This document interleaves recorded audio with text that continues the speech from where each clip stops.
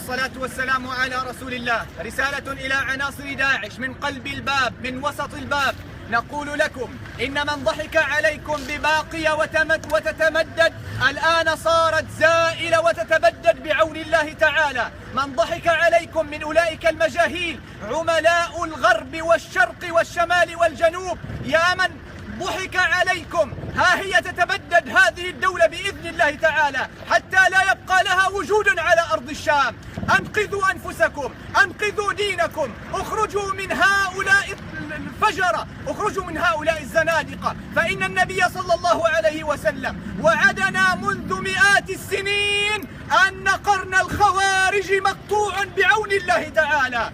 انجوا بأنفسكم، فوالله ما وقف مع هؤلاء الغلاة عالم من علماء المسلمين من أقصى الأرض إلى أقصاها. أجمع علماء المسلمين كلهم على أنهم غلاة، على أنهم خوارج، على أنهم زنادقة، على أنهم ضلال على أقل تقدير.